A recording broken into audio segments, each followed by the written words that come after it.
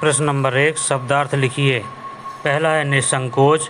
निसंकोच का बेझिझक, जीवन यापन, जीवन निर्वहन करना, खुशामद यानी चापलूसी, मुक्तानंद, मुक्त का आनंद लेने वाला, कृतकृत्य, धन्य हो जाना, तिकड़म, जुगाड़ या चतुराई, इहलोक, यहलोक यानी कि मृत्युलोक, साष्टांग, आठों अंग, सिर, आँख, हृदय, पैर, हाथ, जांघ, मन और वचन से प्रणाम करना ही क्या कहलाता है?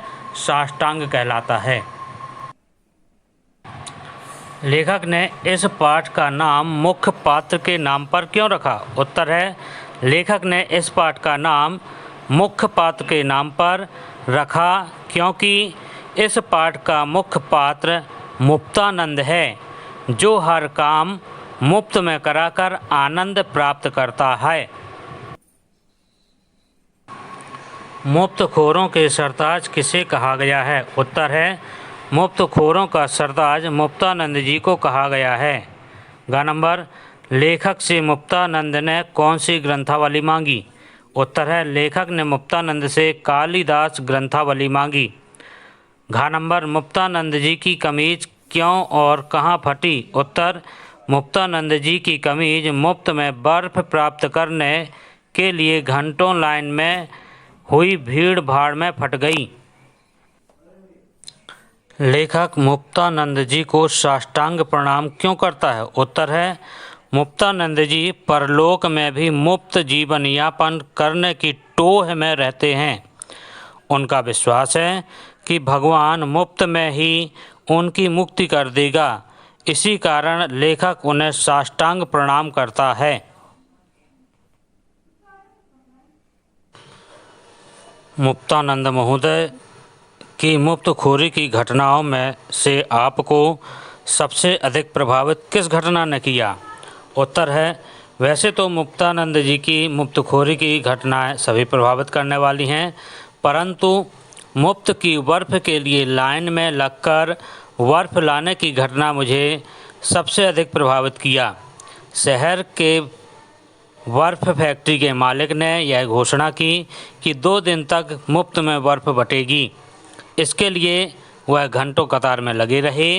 एक दिन अपनी जूती खो आए और दूसरे दिन नई कमीज फड़वा आए, पर इसका इनको दुख नहीं था जितना सुख उन्हें मुफ्त की बर्फ़ प्राप्त करने में हुआ। प्रश्न ख, मुक्तानंद जी पढ़ने के लिए समाचार पत्र कैसे प्राप्त करते थे? उत्तर, मुक्तानंद जी को यह मौजवानी याद था कि मोहल्ले में किन किन लोगों के यहाँ कौन कौन से अखबार आते हैं।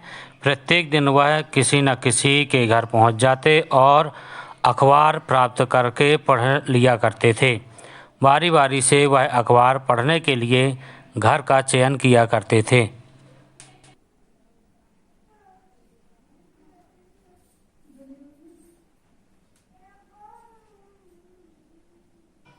मुक्तानंद जी दूसरों से पुस्तकें मांगकर उनका क्या करते थे? उत्तर, मुक्तानंद जी दूसरों से पुस्तक मांगकर उन्हें वापस नहीं करते थे। इन पुस्तकों को वे या तो उन लोगों को पढ़ने के लिए दे दिया करते थे जिनसे उन्हें कोई लाभ लेना होता था, या अपनी अलमारी में बंद करके रख देते थे।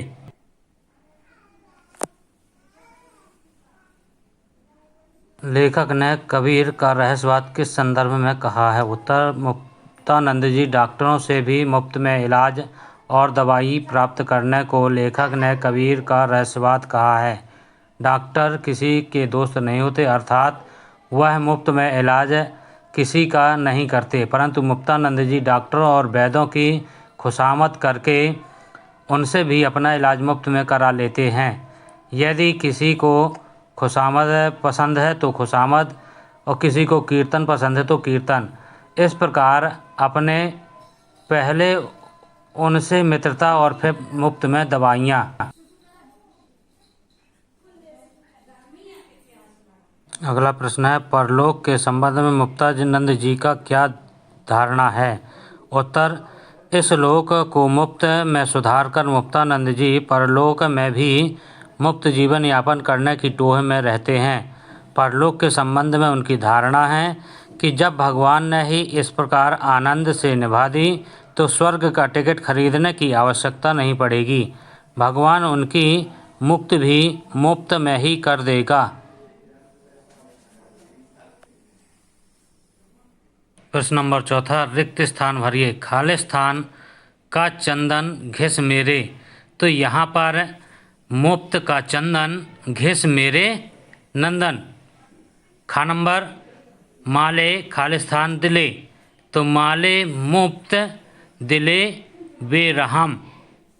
इस तरह से आपके खालिस्तान है और इस पाठ के संपूर्ण प्रश्नोत्तर पूर्ण होते हैं।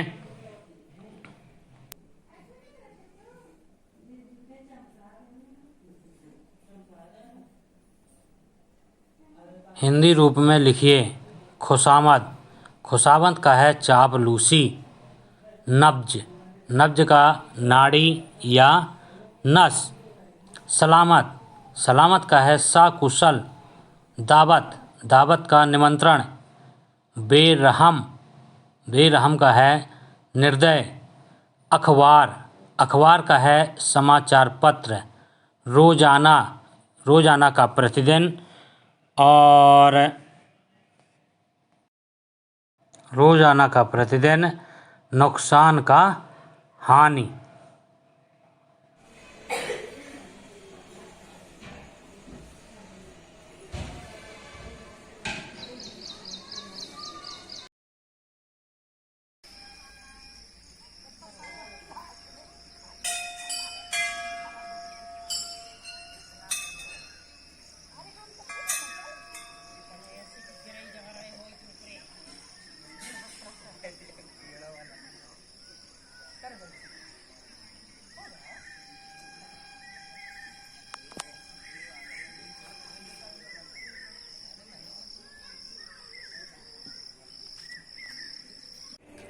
आप निरंतर आगे बढ़ते रहें। यदि आपको यह वीडियो अच्छा लगा हो तो लाइक, शेयर, यदि नए हों तो सब्सक्राइब करना ना भूलें।